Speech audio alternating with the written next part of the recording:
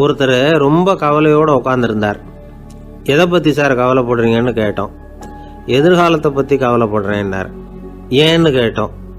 என்ன பண்ணுறதுன்னே தெரியல சார், எதிர்காலம் ஒரே இருட்டாக இருக்குது, பாதையே புரியலன்னார். இன்றைக்கி நம்ம இளைஞர்கள் பல பேருக்கு எதிர்காலம் இருட்டாக தான் தெரியுது. அவங்கெல்லாம் இந்த கதையை கொஞ்சம் கேட்கணும். ஒரு மலை அடிவாரத்தில் ஒரு சின்ன கிராமம். அந்த மலை ரொம்ப உயரமானது. அடர்த்தியாக செடி கொடிகள் மரங்கள் அதில் மண்டி கிடக்குது. பகல் வேளையில் இருட்டாக தான் இருக்கும், அவ்வளோ அடர்த்தி. அந்த மலை உச்சியில் ஒரு கோவில். நாள் ராத்திரியே புறப்பட்டாதான் காலையில் அந்த கோவிலுக்கு போய் சேர முடியும். கிராமத்து இளைஞன் ஒருத்தன் அந்த மலை உச்சிக்கு போக வேண்டியிருந்தது. கையில் ஒரு விளக்கை எடுத்துக்கிட்டு நாள் ராத்திரியே புறப்பட்டான். புறப்பட்டு போனவன் கிராமத்து எல்லையிலேயே நின்றுட்டான். ஏன் தெரியுமா? அவன் கையில் இருந்த விளக்கோட வெளிச்சம் 10 அடி தூரத்துக்கு தான் தெரியுது. அது வரைக்கும் தான் பாதை தெளிவாக இருக்குது. அதுக்கு அப்பால எல்லாம் ஒரே இருட்டாக இருக்குது, பாதை புரியல. இவன் யோசனை பண்ணி பார்த்தான். மனசுக்குள்ள ஒரு சந்தேகம். 10 அடி தூரம் தானே வெளிச்சம் தெரியுது, அப்படின்னா நாம் 10 அடி தூரம் தானே போக முடியும். அதுக்கும் அந்தாண்ட ஒரே இருட்டாக இருக்குதே, அதில் எப்படி நாம் நடந்து போகிறது? நாம் ரொம்ப தூரம் நடந்து போய் ஆகணுமே. அப்படிப்பட்ட நினப்பெல்லாம் அவனுக்கு வந்துவிட்டது. இதுதான் அவன் மனசில் ஏற்பட்ட தயக்கம். இப்படி யோசிச்சுக்கிட்டே அந்த இளம் ஆசாமி புறப்பட்ட இடத்துலேயே நின்றுக்கிட்டு இருக்கிறான். அந்த சமயத்தில் ஒரு வயசான பெரியவர் அந்த பக்கமாக வந்தார். அவர் கையில் இதை விட சின்னதாக ஒரு விளக்கு வச்சுருந்தார். அது எப்படின்னா அது ஒரு 5 அடி தூரத்துக்கு தான் வெளிச்சம் காட்டுது. அவ்வளவு சின்ன விளக்கு. அவரும் மலை உச்சிக்கு போகிறதுக்காக தான் வந்துக்கிட்டு இருக்கிறார். அவரை பார்த்து இவன் கேட்டான், என்ன பெரியவரே, இவ்வளவு சின்ன விளக்கை வச்சுக்கிட்டு அவ்வளவு தூரத்துக்கு எப்படி மலையேற போகிறீங்க அப்படின்னு கேட்டான். நீ ஏன் இப்படி தயங்கிட்டே நிற்கிறேன்னு கேட்டார் பெரியவர். என்கிட்ட இருக்கிற விளக்கு 10 அடி தூரத்துக்கு தான் பாதையை காட்டுதுன்னா. இப்போ பெரியவர் சொன்னார், தம்பி, உன் கையில் இருக்கிற விளக்கு கொடுக்குற வெளிச்சத்தை வச்சு நீ முதல்ல 10 அடி தூரம் முன்னாடி போ. 10வது அடியில் போய் நின்றுக்கிட்டு பாரு. மறுபடியும் ஒரு 10 அடி தூரத்துக்கு பாதை தெரியும். இப்படி உன் கையில் இருக்கிற விளக்கு தொடர்ந்து வெளிச்சம் காட்டிக்கிட்டே இருக்கும். நீ முன்னேற முன்னேற அந்த வெளிச்சமும் முன்னேறும். அதனால் எத்தனை கிலோமீட்டர் தூரம் வேணும்னாலும் நீ இந்த 10 அடி தூரம் வெளிச்சத்தை வச்சுக்கிட்டே நீ போயிடலாம், புறப்படு அப்படின்னார். இப்போ தான் அந்த பெரியவர் சொன்னது இளைஞனுக்கு பளிச்சுன்னு புரிஞ்சுதான். உடனே உற்சாகமாக புறப்பட்டான், உச்சிக்கு போய் சேர்ந்தான். இந்த கதையிலேருந்து நாம் புரிஞ்சிக்க வேண்டியது என்ன தெரியுமா? நீண்ட கால திட்டம் ஒன்று போடும் பொழுது நமக்கு முன்னாடி இருக்கிறத மறந்துட்டு மனசை போட்டு குழப்பிக்க கூடாது. உங்கள் கையில் என்ன இருக்கோ அதுலேயே உங்கள் எதிர்காலம் மறைஞ்சிருக்குது. கண் முன்னாடி தெரியறத வச்சு ஆரம்பிங்க, போக போக வழி தானாக புலப்படும் அப்படிங்கிறார் ஒரு பெரியவர். பெரிய பயணங்களையெல்லாம் இப்படி தான் நடத்த வேண்டியிருக்கும். ஒவ்வொரு அடியாக எடுத்து வச்சா ஓடி போய் சேர்ந்து விடலாம். மலைச்சி போய் நின்றுட்டா நின்றுக்கிட்டே இருக்க வேண்டியது தான். நம்ம ஆள்லாம் ரொம்ப மோசமான இருக்கிறாங்க. ஒருத்தன் அப்படி தான் நீண்ட தூர பிரயாணம் ஒன்று புறப்பட்டான். ரயில் போய்கிட்டே இருந்தது. கொஞ்சம் தூரம் போச்சு, பாதி வழியில் கையில் வச்சுருந்த டிக்கெட்டை காற்றுல விட்டுட்டான். ஐயோ, என் டிக்கெட்டு போயிட்டுதே அப்படின்னு கத்த ஆரம்பிச்சிட்டான். பக்கத்தில் இருந்த பெரியவர் அவனை பார்த்து பரிதாபப்பட்டு, கவலைப்படாத தம்பி, போனால் போகுது, வேற டிக்கெட் வாங்கிக்கலாம் அப்படின்னு ஆறுதல் சொன்னார். அதுக்கு அவன் சொல்கிறான், சார், நான் அதுக்காக அழலை, அந்த டிக்கெட்டு கிடைச்சா தானே நான் எந்த ஊருக்கு போகணுங்கிறது எனக்கு தெரியும் அப்படிங்கிறான். ஒரு தெருவில் சில சிறுவர்கள் விளையாடிக்கிட்டு இருந்தாங்க. ஏதோ ஒரு உயரமான கல்லை நடுத்தெருவில் வச்சு அதை சுற்றி சுற்றி ஓடி வந்துக்கிட்டு இருக்கிறாங்க. அது என்ன விளையாட்டோ அவங்களுக்கு தான் தெரியும். கொஞ்ச நேரம் அப்படி விளையாடிக்கிட்டு இருந்தவங்க விளையாடி முடிச்சதும் அந்த கல்லை நடுத்தெருவில் அப்படியே விட்டுட்டு அவங்கவுங்க வீட்டுக்கு ஓடி போட்டாங்க. அதுக்கப்புறம் அந்த வழியாக 2 பெண்கள் பேசிக்கிட்டே வந்தாங்க. பேச்சு சுவாரஸ்யத்தில் நடுத்தெருவில் இருந்த அந்த கல்லை கவனிக்கல. காலில் இடிச்சுட்டுது, லேசாக ரத்தம் வந்துட்டுது, வலி தாங்கலை. காலில் இடிச்சுக்கிட்ட பொண்ணு திட்ட ஆரம்பிச்சுட்டுது. வர வர ஊர் உலகம் ரொம்ப கெட்டு போச்சு, யாருக்கும் பொறுப்பே கிடையாது பாரு, இப்படி நடுத்தருவில் பொறுப்பு இல்லாமல் இப்படி கல்லை போட்டு வச்சுருக்கிறாங்களே, இது நியாயமா அப்படின்னு சொல்லி இந்த சமூகத்தை கடுமையாக விமர்சனம் பண்ணிக்கிட்டு அவங்க போயிட்டாங்க. கொஞ்ச நேரம் கழித்து ஒரு வாலிபன் அந்த வழியாக வந்தான். அந்த கல்லை பார்த்தான், நின்னான், ஒரு நிமிஷம் யோசனை பண்ணான், என்ன பண்ணலாம்னு பார்த்தான். தன்னுடைய வீரத்தையும் பலத்தையும் காட்டணும்னு நினச்சான். பின்னாடி போனான். அப்புறம் வேகமாக ஓடி வந்து ஒரு சின்ன ஹை ஜம்ப் அப்படியே துள்ளி குதிச்சான். துள்ளி குதித்து தாண்டி அந்த பக்கமாக போய் விழுந்தான். அப்படியே விசில் அடிச்சுக்கிட்டு அவன் பாட்டுக்கு நடந்து போகிறான். அடுத்தபடியாக ஒரு காதல் ஜோடி அந்த வழியாக வந்தது. நடுத்தெருவில் கண்ணில் பட்டது. அவங்க 2 பேரும் ரொம்ப நெருக்கமாக சேர்ந்து வந்துக்கிட்டு இருக்கிறாங்க. நடுவில் கல் இருக்கிறதுனால கொஞ்ச நேரம் 2 பேரும் விலகி மறுபடியும் இந்த பக்கம் வந்து சேர்ந்து போகணும். கொஞ்ச நேரம் நாம் பிரிய வேண்டி இருக்குதே அப்படின்னு வருத்தத்தோட முணுமுணுத்துக்கிட்டே இந்த பக்கம் வந்தாங்க. அதுக்கப்புறம் வழக்கம் போல் சேர்ந்து அவங்க பாட்டுக்கு எதிர்காலத்தை பற்றி கற்பனை பண்ணிக்கிட்டே போயிட்டாங்க. கடைசியாக அந்த வழியாக பார்வை இல்லாத ஒருத்தர் வந்துக்கிட்டு இருக்கார். அவர் கையில் வழக்கமாக வச்சிருக்கிற அந்த ஊன்றுகோல், கையில் இருக்கிற அந்த ஊன்றுகோலால் தனக்கு முன்னாடி அப்படியே அப்படியே தட்டிக்கிட்டு பார்த்துக்கிட்டே அவர் மெதுவாக நடந்து வந்துக்கிட்டு இருக்கிறார். வழியில் இருக்கிற அந்த கல் தட்டுப்பட்டுது. உடனே நடுத்தெருவில் ஒரு கல் இருக்குங்கிறத அவர் புரிஞ்சுக்கிட்டார். உடனே குனிஞ்சார், அந்த கல்லை தடவி பார்த்து எடுத்தார், தெரு ஓரமாக கொண்டுட்டு போய் போட்டார். அதுக்கப்புறம் அவர் பாட்டுக்கு அவர் வழியில் நடந்து போனார். இப்போ இதில் பல பேர் வந்தாங்க போனாங்க. இவங்களில் பார்வை உள்ளவங்க யார், பார்வை இல்லாதவங்க யார்? இப்படி ஒரு கேள்வி கேட்டால் என்ன பதில் சொல்ல முடியும்? கொஞ்சம் யோசிச்சு பார்த்தா இன்னைக்கு பல பேர் இப்படி தான் இருந்துகிட்டு இருக்கிறோம். ஒரு ஆள் பார்க்கறதுக்கு பெரிய மனுஷன் மாதிரி இருக்கார். ஒரு தெரு வழியாக நடந்து வந்துகிட்டு இருந்தார். இருட்டு நேரம். வழியில் ஒரு பெரிய கல் கிடந்தது, கருங்கல். பார்த்தார், கொஞ்ச நேரம் யோசிச்சார். போய் தூக்கி பார்த்தா ரொம்ப கனமாக இருந்தது. இன்னொரு ஆள் சேர்ந்தாதான் தூக்க முடியும். இவர் உடனே ரோட்டோரமாக போய் ஒரு மரத்தடியில் உட்காந்துக்கிட்டார். 2 பக்கமும் பார்த்துக்கிட்டே இருக்கார், யாராவது வர்றாங்களான்னு. கொஞ்ச நேரத்தில் ஒருத்தர் வந்தார், இவருக்கு தெரிஞ்சவர். என்னங்க இந்த நேரத்தில் இங்கே உட்காந்துருக்குறீங்கன்னு கேட்டார் அவர். அதோ அந்த கருங்கல் அப்படின்னு சுட்டி காட்டினார். ஓ, அதை தூக்கி ஓரமாக போடணுமா? வாங்க 2 பேரும் தூக்கலான்னார் வந்தவர். நான் அதுக்காக உட்காந்துருக்கலேன்னார் இவர். பின்ன வேற எதுக்காகன்னார் அவர். ஒரு மனுஷன் கருங்கல்லில் காலை இடிச்சுக்கிட்டான்னா எப்படி துள்ளுவான்னு பார்க்கணுங்கிறது எனக்கு ரொம்ப நாளாக ஒரு ஆசை. அதுக்காக தான் உட்காந்துருக்கிறேன் அப்படின்னாராம். ஒரு நாள் ஒரு தகப்பனார் தன்னுடைய பிள்ளைய அழைச்சிட்டு வந்தார்.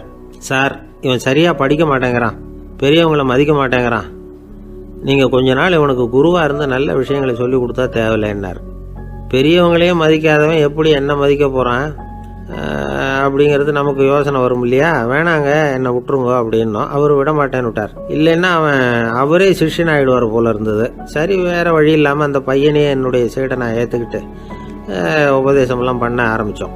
அதாவது குரு பக்தின்னா அது எப்படி இருக்கணுங்கிறத பற்றி சொல்லி கொடுத்தோம் அவனுக்கு. சதமகர் அப்படின்னு ஒரு குரு இருந்தார். அவருக்கு ஒரு சீடர். அவன் பேர் துளசி சைதன்யன், நைஷ்டிக பிரம்மச்சாரி. தன்னுடைய குருவுக்கு எந்த நேரத்தில் எது தேவைங்கிறத புரிஞ்சுக்கிட்டு சேவை செய்கிறவன். ஆனால் இவனை பற்றி மற்ற சீடர்களுக்கு பொறாமை வந்துட்டுது. இவன் மட்டும் இப்படி இருக்கானேன்னு உடனே குரு கிட்ட போய் கோல் மூட்டினாங்க. அவன் சரியில்லை, அவன் நடந்துக்கிறது சரியில்லை, அப்படி இப்படின்னு எதையாவது சொல்லி. இருந்தாலும் இதையெல்லாம் அந்த குரு நம்பலை. அவருக்கு தெரியும் யார் யார் எப்படின்னு. துளசி சைதன்யன் பெருமையை மற்ற சீடர்களுக்கு உணர்த்தணும் அப்படின்னு நினைச்சார். அதுக்கு ஒரு வழி பண்ணார். ஒரு நாள் சீடர்களை எல்லாம் கூப்பிட்டுக்கிட்டு ஒரு காட்டு வழியாக போய்கிட்டு இருந்தார். அங்கே ஒரு பெரிய மலை அருவி கொட்டிக்கிட்டு இருந்தது. குரு சீடர்கள் பக்கம் திரும்பினார். இந்த மலையின் மேலே இருந்து அந்த படுபாதாளத்தில் குதிக்கிறதுக்கு உங்களில் யார் தயார் அப்படின்னு கேட்டார். ஒரு சீடனும் ஆய திறக்கலை, ஒதுங்கி நின்றுக்கிட்டாங்க. பின்னாடி மூட்டை முடிச்சோடு வந்துக்கிட்டு இருந்தான் துளசி சைதன்யன். அவனை பார்த்தார். தப்பாருப்பா, நீ மேலே இருந்து அந்த அருவியில் குதி அப்படின்னார். அப்படியே செய்கிறேன் சுவாமின்னா ஓடி போய் பொத்துன்னு குதிச்சுட்டான். அடுத்த கணமே குருநாதர் தன்னுடைய யோக சக்தியால் பறந்து போய் அவன் கீழே விழுந்துடாமல் தாங்கி பிடிச்சி கொண்டுகிட்டு வந்துட்டார். மற்ற சீடர்களுக்கெல்லாம் ஒரு மாதிரி ஆயிட்டுது. அடுத்தபடியாக என்ன பண்ணலாம்னு யோசிச்சாங்க இவனை மாட்டி விடுறதுக்கு. ஒரு நாள் வெத்தலை அடிக்கிற ஒரு சின்ன உரலையும் உலக்கையையும் எடுத்து ஒளிய வச்சுட்டாங்க. சதமகர் சன்னியாசி இல்லை, அவர் வெத்தலை போடுவார். பல்லு சரியில்லை, அதனால் இடித்து தான் வெத்தலையை போடணும். திடீர்னு வெத்தலை பாக்கு கேட்டார். வழக்கமாக உரலில் இடித்து தர்றது தான் துளசியின் பழக்கம். உரலை தேடினா கிடைக்கல, என்ன பண்ணுறது? குரு கேட்டுவிட்டாரே, குரு சேவை தானே முக்கியம். என்ன பண்ணால் வெத்தலை பாக்க தன்னுடைய வாயில் போட்டு முன்னும் அதை எடுத்து அவர்கிட்ட கொடுத்துட்டான். குரு எதையோ படிச்சுக்கிட்டே அதை வாங்கி வாயில் போட்டுக்கிட்டார். துளசி இன்னைக்கு தாம்பூலம் நல்லா இடிக்கப்பட்டிருக்கு, ருசியாக வேற இருக்குது, அதை இடித்த பாத்திரத்தை என் கண்ணால் பார்க்கணும்னு ஆசையாக இருக்குன்னு விட்டார். அதை மட்டும் அனுப்பி போய் நீ வர வேண்டான்னு வேற சொல்லிவிட்டார். இதை கேட்டதும் துளசி தவிச்சு போயிட்டான். இவன் போகாமல் எப்படி வாயை மட்டும் அனுப்பி வைக்க முடியும்? இவன் தவிக்கிறத பார்த்ததும் மற்ற சீடர்களுக்கெல்லாம் மனசுக்குள்ளே ரொம்ப சந்தோஷம். துளசி கொஞ்சமும் யோசிக்கல, வாழை எடுத்தான், தன்னுடைய தலையவே அப்படியே அறுத்து வெட்டி எடுத்தான். இன்னொரு சீடங்கிட்ட கொடுத்துட்டான், எடுத்துகிட்டு போன்னு சொல்லி கொண்டுட்டு போய் குரு முன்னாடி வைக்கிறாங்க. அந்த தலையில் வாய் திறந்துருக்கு, வெத்தலை போட்டு முன்னு இருந்தது, தெரிஞ்சு போச்சு, சிவப்பாக இருந்தது. அவனுடைய குரு பக்தியை இப்போ எல்லாரும் ஒத்துக்கிட்டாங்க. அதுக்கப்புறம் குரு சதமகர் தன்னுடைய அற்புத திறமையினால அந்த தலையை மறுபடியும் ஒட்ட வச்சுட்டார். துளசிக்கு உயிர் வந்துட்டுது. இப்படி ஒரு பெரிய கதை உண்டு. அதாவது துளசி சைதன்யன் அவனுடைய குரு பக்தி எப்படி அப்படின்னு கேட்டோம். ரொம்ப அபாரம் அப்படின்னு அந்த பையன் அடக்கமா சும்மா விளையாட்டுக்காக தான் அப்படி அவங்ககிட்ட கேட்டோம். ஏன்பா உன்னுடைய குரு பக்தியை என்கிட்ட காட்டுறதுக்கு உன்னோட கழுத்தை நீயே அறுக்கணும்னு நான் சொன்னா அதை நீ செய்வியா அப்படின்னு கேட்டோம். என்னுடைய கழுத்தை நானே அறுக்க வேண்டிய அவசியம் இல்லை சார் அப்படின்னா அவன். ஏண்டான்னு அதே காரியத்தை தான் இனிமே நீங்க தினமும் செய்ய போறீங்களே சார் அப்படிங்கிறான். ஆசைப்படுறதுல தப்பு இல்லை, ஆனா அந்த ஆசை தேவைக்கு தகுந்த மாதிரி இருக்கணும். தேவைக்கு மீறிய ஆசைகள் இருக்கு பாருங்க, அது தேவையில்லை. இந்த கருத்தை வலியுறுத்தது மாதிரி ஒரு கதை உண்டு. தேவேந்திரனுக்கு திடீர்னு வீடு கட்டணும்னு ஒரு ஆசை வந்துதான். வீடுன்னா நாம கட்டுற மாதிரி இல்லை. தேவேந்திரன் வீடுன்னா சும்மாவா, ஒரு பிரம்மாண்டமான அரண்மனை கட்டணும். அது மாதிரி இந்த 3 லோகத்திலேயும் ஒரு அரண்மனை கிடையாது அப்படின்னு எல்லாரும் சொல்லணும். இது அவனோட ஆசை. உடனே தேவ தச்சரான விஸ்வகர்மாவை கூப்பிட்டான், உத்தரவு போட்டான். விஸ்வகர்மா தன்னுடைய உதவியாளர்களை எல்லாம் கூப்பிட்டு ஒன்னா சேர்த்துக்கிட்டார். படாத பாடுபட்டு ஒரு பெரிய அரண்மனையை கட்டி முடிச்சார். கட்டி முடிக்க 1000 வருஷம் ஆச்சு. தேவேந்திரன் பார்க்கறான். அவனுக்கு திருப்தி ஏற்படலை. என்னுடைய அந்தஸ்துக்கு இது ரொம்ப சாதாரணமான கட்டிடம், இதை விட இன்னும் பெருசா கட்டு அப்படின்னா. தேவ தச்சர் திணறி போயிட்டார். அவரால் அதுக்கு மேலே எதுவும் செய்ய முடியல. என்ன பண்ணுறதுன்னு யோசனை பண்ணார். நேராக நாரதர் காலில் போய் விழுந்தார். நீங்கள் தான் என்னை இந்த பிரச்சனையிலேருந்து காப்பாற்றணும்னார். நாரதர் யோசனை பண்ணார். சரி கவலைப்படாதேன்னார். நேராக இந்திரன் கிட்ட போனார். இந்திரன் நாரதரை பார்த்த உடனே வாங்கன்னு கூட்டிகிட்டு போய் அரண்மனையை காட்டினான். இது மாதிரி ஒரு அரண்மனையை நீங்கள் வேற எங்கேயாவது பார்த்துருக்குறீங்களா அப்படின்னு ரொம்ப பெருமையாக கேட்டான். நான் பார்த்ததில்லை, ஆனால் என்னை விட வயசில் மூத்தவர் மகரிஷி லோமேசர், அவர் ஒரு வேளை பார்த்துருக்கிறாரா என்னமோ அப்படின்னார். உடனே அவரை மனசில் நினச்சி தியானம் பண்ணினார். அடுத்த கணம் லோமேசர் அங்கே வந்தார். இடையில ஒரு சின்ன துண்டு, கையில் ஒரு கமண்டலம், தலையில் ஒரு பாய், அவ்வளவுதான் அவர்கிட்ட இருந்தது. எதுக்காக தலையில் இந்த பாய் அப்படின்னு கேட்டான் இந்திரன். என்ன மாதிரி அற்ப ஆயுள் உள்ள ஒரு ஜீவன் தனியாக வீடு கட்டிக்கிட்டு திண்டாடணுமா? இந்த பாய் தான் ஒரு வீடு மாதிரி எனக்கு நிழல் கொடுக்குது அப்படின்னார் அவர். என்னது உங்களுக்கு அவ்வளவு கொஞ்சமான ஆயுளா அப்படின்னு ஆச்சரியத்தோடு கேட்டான் இந்திரன். ஆமாம், இதை பாரு, என்னுடைய மார்பில் ஒரு பொற்காசு அளவுக்கு ரோமம் உதிர்ந்துட்டுது. எப்போ என் உடம்புல உள்ள எல்லா ரோமமும் உதிர்ந்துருமோ அப்போ என்னுடைய ஆயுள் முடியும் அப்படின்னார். எப்போ அந்த ரோமங்கள் பூரா உதிரும்னு கேட்டான் இவன்.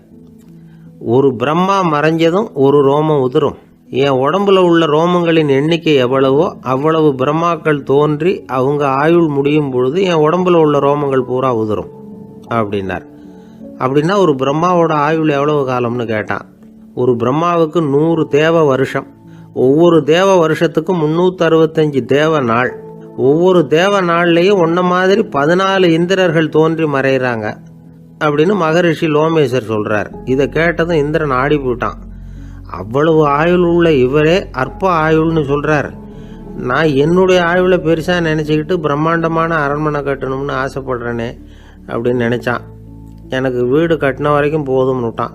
அதனால நாமெல்லாம் நம்முடைய தேவைக்கு தகுந்த மாதிரி ஆசைப்படுறது தான் நியாயம். ஆனால் அப்படியே நடந்துக்கிறோம். மனுஷன் கடவுளையே ஏமாற்றி காசு வாங்கிறதுக்குள்ள ஆசைப்படுறான். ஒருத்தன் கடவுளை நினைச்சு தவம் இருந்தான். கடவுள் நேரில் வந்தார். தேவலோகத்தில் ரூபாய்க்கெல்லாம் என்ன மதிப்புன்னு கேட்டான். அங்கெல்லாம் ரூபாய்ங்கிறது உங்கள் பணத்தில் 1 கோடி ரூபாய்க்கு சமம். அதாவது தேவலோகத்தில் 1 ரூபான்னா இங்கே 1 கோடி ரூபா. அது மாதிரி எங்களுக்கு ஒரு நாளுங்கிறது உங்கள் கணக்கில் 1 கோடி வருஷத்துக்கு சமம் அப்படின்னார் கடவுள். அப்படின்னா எனக்கு நீங்கள் அதிகமாக எதுவும் தர வேணாம், உங்கள் கணக்குப்படி ஒரே 1 ரூபா கொடுங்க, அது போதும்னா இவன் ரொம்ப சாமர்த்தியமாக. கடவுள் யோசனை பண்ணார். அது ஒன்றும் கஷ்டம் இல்லை, 1 ரூபா தானே கேட்குற, கொடுத்துட்றேன். ஆனால் இப்போ வரும்பொழுது நான் எடுத்துக்கிட்டு வரல, எங்கள் கணக்குப்படியே 1 நாள் பொறுத்துக்க பணத்தோடு வந்துடுறேன் அப்படின்னு சொல்லிவிட்டு பறந்து போயிட்டார். இயேசுநாதர்கிட்ட ஒருத்தர் கேட்டாராம், இயேசுவே என்னை எவ்வளவு நேசிக்கிறீர்கள் அப்படின்னு. அவர் தன்னுடைய 2 கைகளையும் அகல விரித்து இவ்வளவு என்று சொல்லி சிலுவையில் உயிர் நீத்தார் அப்படின்னு சொல்லுவாங்க. அதாவது அந்த நேசிப்புக்கு எல்லை கிடையாது, அதே போல மன்னிப்புக்கும் எல்லை கிடையாது. இது இயேசுநாதர் சொல்லி கொடுத்த ஒரு பாடம். இயேசுனுடைய சீடர்களில் ஒருத்தன் பீட்டர், அவன் ஒரு நாள் இயேசுநாதர்கிட்ட கேட்டிருக்கான், இயேசுவே, நான் என்னுடைய தம்பி கிட்ட அடிக்கடி சண்டை போட்டுக்கிட்டு இருக்கிறேன், என்னுடைய சகோதரன் கூட. அவனை நான் எத்தனை தடவை மன்னிக்கிறது? ஏற்கனவே 7 தடவை அவனை மன்னிச்சுட்டேன் அப்படின்னு சொல்லியிருக்கிறான். அப்போ இயேசு சொன்னாராம், மன்னிக்கிறதுக்கு எத்தனை தடவைங்கிற கணக்கெல்லாம் கிடையாது. எத்தனை தடவை உன்னுடைய சகோதரன் உன்னை கோபப்படுத்துகிறானோ அத்தனை தடவை நீ மன்னிக்கிறதுக்கும் தயாராக இருக்கணும். அதுதான் அப்படின்னு சொன்னாராம். அப்போ இவனுக்கு ஒன்றும் புரியல. இது என்ன, அவன் தப்பு பண்ணிக்கிட்டே இருப்பான், நாம் மன்னிச்சுக்கிட்டே இருக்கிறதா அப்படிங்கிறது மாதிரி குழப்பமாக இருந்திருக்கிறான். அப்போது இயேசுநாதர் தன்னுடைய சீடன் பீட்டர்கிட்ட ஒரு கதை சொன்னாராம். அந்த கதை இன்றைக்கு நாம் எல்லாரும் சிந்தித்து பார்க்க வேண்டிய ஒரு கதை. அதாவது மன்னிப்பை விரும்புகிறவர்கள் மன்னிக்கவும் தயாராக இருக்க வேண்டும் அப்படிங்கிறது தான் அந்த கதையினுடைய தத்துவம். அந்த இயேசுநாதர் சொன்ன கதை என்னன்னா, ஒரு மன்னர் இருந்தார். அவர் ஒரு நாள் அரண்மனையில் உட்காந்து கணக்கு வழக்குகள்லாம் பார்த்துக்கிட்டு இருந்தார். நம்ம அரண்மனையிலேருந்து யார் யார் அரசாங்க கடன் வாங்கியிருக்கிறாங்க, யார் யார் திருப்பி செலுத்தியிருக்கிறாங்க அப்படிங்கிற விவரத்தையெல்லாம் பார்த்துக்கிட்டு இருந்தார். அப்போ தான் புரிஞ்சுது, அந்த அரண்மனையில் வேலை செய்கிற ஒருத்தனே அரசாங்க கடன் வாங்கியிருக்கிறான். எவ்வளவு? 10,000 பொற்காசுகள் வாங்கியிருக்கான் கடன். இந்த 10,000 பொற்காசுகளை திருப்பி செலுத்தலை அரசாங்கத்துக்கு. இது மன்னர் கவனத்துக்கு வந்தது. உடனே நம்ம அரண்மனையில் இருக்கிறவனே அரசு கடன் வாங்கி திருப்பி செலுத்தாமல் இருக்கான், அவனை கூப்பிட்டு வாங்கன்னு சொல்லி கூப்பிட்டுட்டு வந்தாங்களாம். விசாரிச்சிருக்கிறாங்க, என்னப்பா நீ எவ்வளோ ஒன்று? ஆமாங்க, 10,000 பொற்காசுகள் வாங்கியிருக்கிறேன், இன்னும் திருப்பி கட்டலைன்றிருக்கான். உடனே அவர் மன்னர் சொல்லியிருக்கிறாரு, நம்ம சட்டத்திட்டப்படி நீ உடனே பணத்தை திருப்பி கட்டிடு. அப்படி உன்னால் கட்ட முடியலன்னா உன்னுடைய வீடு வாசல் சொத்து சுகம் எல்லாத்தையும் விற்று அந்த பணத்தை அரசு கருவூலத்தில் சேர்த்துக்கிறதுக்கு நானே ஏற்பாடு பண்ணிடுறேன் அப்படின்னு அந்த மன்னர் சொன்னாராம். இவன் அப்படியே அதிர்ச்சி ஆகிட்டான். அப்படியே பொத்துன்னு காலில் விழுந்தானா, மன்னா என்னை மன்னிச்சுங்க, என்னால் முடியல, எனக்கு மன்னிப்பு கொடுங்க அப்படின்ட்டுருக்கான். உடனே அவர் எழுந்திரிச்சு, சரி நீ மன்னிப்பு கேட்டுவிட்ட, அதனால் உன்னை மன்னிக்கிறேன், நீ பணம் கட்ட வேண்டாம் அப்படின்னு சொல்லி அந்த மன்னர் அவனை விட்டுட்டாராம். பணத்தையும் தள்ளுபடி பண்ணிட்டார், நீ திருப்பி கட்ட வேண்டான்னு. இவனுக்கு ரொம்ப மகிழ்ச்சி. அதனால் ரொம்ப உல்லாசமாக வந்துகிட்டு இருக்கிறான். தெருவில் வந்துக்கிட்டு இருக்கிறப்ப இவங்கிட்ட கடன் வாங்கின ஒருத்தன் எதுக்கு வந்துக்கிட்டு இருக்கான். அவன் இவங்கிட்ட ஒரு 100 பொற்காசுகள் கடன் வாங்கியிருக்கான். அவன் வந்தான், இவன் போய் அவன் சாட்டையை பிடிச்சிக்கிட்டான், நீ எப்படா என் கடனை திருப்பி கொடுக்க போகிறேன்னு. அவன் இப்போ முடியல, கொஞ்சம் பொறுத்துக்கா, அப்புறம் தரேன் இருக்கான். அதெல்லாம் முடியாது, நீ கொடுத்து தான் ஆகணும் அப்படின்னு இவன் புடிவமாக சொல்கிறான். இப்போ நிலைமையை பாருங்கள், இவன் ஏற்கனவே 10,000 பொற்காசுகள் அரசாங்கத்தில் கடன் வாங்கினா அதுக்கு மன்னிச்சு விட்டுட்டார் இவனை. ஆனால் இவன் இன்னொருத்தனை மன்னிக்கிறதுக்கு தயாராக இல்லை. இவங்கிட்ட கடன் வாங்கின இன்னொருத்தன் 10 பொற்காசுகள், அவனை மன்னிக்க தயாராக இல்லை. அவனை கொண்டு போய் நீதிமன்றத்தில் கொண்டு போய் நிறுத்தி தண்டனை வாங்கி கொடுத்துட்டான். நீதிபதி என்ன சொன்னார், அந்த இவன் வாங்கின பொற்காசுகளை திருப்பி கட்டுற வரைக்கும் ஜெயிலில் இருக்கணுங்கிறது தீர்ப்பு. ஆனால் உடனே அரசர் காதில் விழுந்தது. சொல்லிட்டாங்க, உங்ககிட்ட மன்னிப்பு வாங்கிட்டு போனானே ஒருத்தன், அவன் இன்னொருத்தனை மன்னிக்கிறதுக்கு தயாராக இல்லை, அவனை கொண்டு போய் ஜெயிலில் அடைச்சிட்டான் அப்படின்னு. உடனே மன்னர் பார்த்தார், இவனை மறுபடியும் கூப்பிட்டு வர சொன்னார். தபாரப்பா, நான் உன்னை மன்னிச்சு விட்டேன், ஆனால் நீ இன்னொருத்தனை மன்னிக்கிறதுக்கு தயாராக இல்லை, அதனால் என்னுடைய தீர்ப்பையும் மாத்துறேன், நீயும் அரசு கடன் தீர்ற வரைக்கும் ஜெயிலில் தான் இருக்கணும் அப்படின்னு சொல்லி ஜெயிலுக்கு அனுப்பிச்சிட்டாராம். இப்படி ஒரு கதையை இயேசுநாதர் தன்னுடைய சீடருக்கு சொன்னதாக ஒரு வரலாறு. அது என்ன, அதிலேருந்து நாம் புரிந்து கொள்ள வேண்டியதுன்னா, நாம் மன்னிக்கப்படணும்னு நாம் விரும்புகிறோம்னா நாம் இன்னொருத்தரை மன்னிக்கிறதுக்கு தயாராக இருக்கணும். அதனால் நாம் இன்னொருத்தரை யாரையும் மன்னிக்க மாட்டோம், ஆனால் என்ன இன்னொருத்தர் மன்னிக்கணும் அப்படிங்கிறது மாதிரி செய்யக்கூடாதுன்னு சொல்லுவாங்க. அது மாதிரி நாம் இப்போ இது தப்பாக புரிஞ்சுக்கிறவங்களும் இருக்கிறாங்க. பாவம் மன்னிப்புங்கிறதுலாம் எதுக்குன்னா, அதாவது மறுபடியும் பாவம் செய்யாமல் இருக்கிறதுக்காக தான். அதான் மன்னிக்கிறாரே அப்படிங்கிறதுக்காக மறுபடியும் பாவம் பண்ணிகிட்டு இருக்கிறது இல்லை. அதான் ஒருத்தர் கேட்டாராம், பாவத்திலேருந்து மன்னிப்பு கிடைக்கணும்னா நீ என்ன செய்யணும் அப்படின்னு கேட்டிருக்கார். அதுக்கு அவன் சொல்லியிருக்கிறான், நான் முதல்ல பாவம் செய்யணும், அப்போ தானே மன்னிப்பு கிடைக்கும் அப்படின்னு நானா. இப்படிப்பட்டவர்கள் தான் இன்றைக்கி உலகத்தில் அதிகமாக இருக்கிறாங்க. அதனால் இந்த மன்னிப்பின் மகத்துவங்கிறது இயேசுநாதர்கிட்டேருந்து தான் நாம் புரிஞ்சுக்கணும். அந்த இயேசு சொன்ன அந்த மன்னிக்கிற மனோபாவம் இருந்தால் இன்றைக்கி உலகம் பூராவும் அமைதி பூங்காவாக இருக்கும். அதில் ஒன்றும் ஆச்சரியமே இல்லை, அதில் ஒன்றும் சந்தேகமும் இல்லை. அதனால் மன்னிக்கிற மனோபாவத்தை நாம் எல்லாரும் நமக்குள்ளே வளர்த்து கொள்ள வேண்டும் அப்படிங்கிறது தான் நாம் இன்றைக்கு எல்லோரும் சிந்தித்து பார்க்க வேண்டிய ஒரு செய்தி. என்ன சார், உங்கள் பையன் என்ன செஞ்சுக்கிட்டு இருக்கிறான் இப்போ அப்படின்னு கேட்டார் ஒருத்தர். அடிக்கடி கண்ணாடி முன்னாடி நின்று அழகு பார்த்துக்கிட்டு இருக்கிறான் சார் அப்படின்னாரு அப்பா. இளம் பருவம் இப்படி தான் இருக்கும், அதையெல்லாம் சாதாரணமாக நினச்சிடாதீங்க அப்படின்னாரு அவர். என்ன சார் சொல்கிறீங்க? கண்ணாடி முன்னாடி நின்றுக்கிட்டு நேரத்தை வீணாக்கிக்கிட்டு இருக்கான், அதை ஒரு பெரிய விஷயமா நான் நினைக்கணுமா அப்படின்னாரு இவர். இளம் பருவத்தில் இளைஞர்களுக்கும் சின்ன பொண்ணுங்களுக்கும் அடிக்கடி கண்ணாடியில் பார்க்கணும்னு தோணும். அது வெறுமனே அழகு பார்க்கறது மட்டும் இல்லை, அவங்க தங்களையே தேடி கண்டுபிடிக்கிற ஒரு முயற்சி அது. இது ஒரு மனோதத்துவ விளைவு. இது வரைக்கும் சின்ன பிள்ளையா இருந்துட்டோம், இனிமேல் நாமளும் மற்றவங்க மாதிரி மனிதர்கள் தான் அப்படிங்கிற உணர்வு அவங்களுக்கு வருது. தங்களோட முகம் எப்படி இருக்குது, அழகு எப்படி இருக்குது, உடம்பு நேரம் எப்படி இருக்குது, முடி எப்படி இருக்குது அப்படிங்கிறதையெல்லாம் கண்டுபிடிக்கிறாங்க. அதுக்கப்புறம் இன்னொரு ஆணோ பொண்ணோ தன்னை கவனிக்கணும் அப்படின்னு நினைக்கிறாங்க. இதெல்லாம் மனோதத்துவ உண்மைகள், இதெல்லாம் இயற்கை. இதை பார்த்துட்டு பெற்றவங்க பிள்ளைங்க கெட்டு போட்டாங்க அப்படின்னு நினைக்கக்கூடாது, அவங்கள திட்டிக்கிட்டே இருக்கக்கூடாது. இன்றைக்கி பல குடும்பங்களில் இதுதான் நடந்துக்கிட்டு இருக்குது. மனுஷ வாழ்க்கையிலேயே இப்படியும் இல்லாத அப்படியும் இல்லாத ஒரு பருவம் இளம் பருவம். 13லேருந்து 19 வயசுக்கு உட்பட்ட ஆண்கள் பெண்கள் இந்த வகையை சேர்ந்தவங்க, டீனேஜ் குரூப். இவங்கள சின்னவங்கன்னு நினச்சிட முடியாது, பெரியவங்கன்னு நினச்சிட முடியாது. இவங்க ரொம்ப சென்சிட்டிவ். சமூகம் நினச்சா இவங்களை நல்லவங்களாகவும் ஆக்கலாம், கெட்டவங்களாகவும் ஆக்கலாம். கொஞ்சம் அக்கறை எடுத்துக்கிட்டால் பெரிய பெரிய மேதைகளையும் விஞ்ஞானிகளையும் உருவாக்கலாம். ஆனால் நடக்கிறது என்ன தெரியுமா? அநேகமாக இவங்களை யாருமே சரியாக புரிஞ்சுக்கிறது இல்லை, இவங்களை சரியாக நடத்துறதும் இல்லை. இது வரைக்கும் நாம் சொல்கிறத கேட்டுக்கிட்டு இருந்தான், இப்போல்லாம் அவன் இஷ்டத்துக்கு நடக்க ஆரம்பிச்சுட்டான் அப்படின்னு வருத்தப்படுற பெற்றோர்கள் அதிகம். இது வருத்தப்படுற விஷயம் இல்லை, சந்தோஷப்பட வேண்டிய விஷயம். உங்கள் புள்ள சொந்தமாக யோசிக்க ஆரம்பிக்கிறதும் நடந்துக்க ஆரம்பிக்கிறதும் ஒரு தப்பான விஷயமா? அவன் கடைசி வரைக்கும் உங்கள் பேச்சையே கேட்டுக்கிட்டு இருக்கணுங்கிறது என்ன நியாயம்? இன்றைக்கி இளைஞர்களை பெரியவங்க தப்பாக புரிஞ்சுக்கிட்டு தவறாக நடத்துறதுனால தான் அவங்களுக்கு வெறுப்பு, எரிச்சல், மனக்கசப்பு எல்லாம் உண்டாகுது. பெற்றவங்க சரியாக மதிக்கிறது இல்லை அப்படிங்கிற ஒரே காரணத்தினாலேயே வீணாக போகிற பிள்ளைங்க இன்றைக்கி அதிகம். சரி, பெற்றவங்களுக்கு இன்றைக்கி என்ன தான் புத்தி சொல்ல வர்றீங்க அப்படின்னு கேட்குறீங்களா? நாம் எதையும் சொல்ல வரல, ஆனால் அது சம்பந்தமான சில நிபுணர்கள் சொல்லியிருக்கிறத உங்கள் காதில் போட்டு வைக்கலாம். அது என்னென்னா, பிள்ளைங்க கிட்ட அன்பு செலுத்துங்க. குழந்தையா இருந்தப்போ எவ்வளவு பாசமாக இருந்தீங்க, வளர வளர அதை ஏன் குறைச்சிக்கிறீங்க? பெற்றவங்களின் அன்பான வார்த்தைகளுக்கு ஏங்குறவங்க தான் இன்றைய இளைஞர்கள்.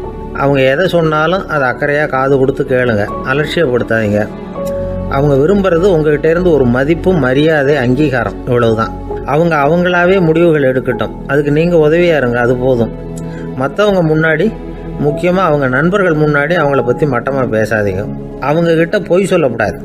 நீங்கள் சொன்னது பொய்ன்னு தெரிஞ்சு போச்சுன்னா உங்கள் பேரில் அவங்களுக்கு இருக்கிற மதிப்பு போயிடும், நம்பிக்கை போயிடும். அவங்களுக்கு முன்னாடி நீங்கள் சண்டை போடக்கூடாது. உங்கள் பிள்ளைய எப்பவும் இன்னொரு பிள்ளையோட ஒப்பிட்டு பேசுகிற வேலையே வேணாம். கூட பிறந்த மற்றவங்களோட கூட ஒப்பிடக்கூடாது. இப்படி செஞ்சால் அவன் உங்ககிட்டையும் பிரியமாக இருக்க மாட்டான், அவங்ககிட்டையும் பிரியமாக இருக்க மாட்டான். புள்ள எங்கே போகிறான், என்ன பண்ணுறான் அப்படின்னுலாம் துப்பறிஞ்சிக்கிட்டு இருக்கக்கூடாது. இளைஞர்கள் தனிமையை விரும்புகிறவங்க. அவங்கள பெட்டியில் வச்சு மூடி பாதுகாக்கணும்னு நினைக்கக்கூடாது.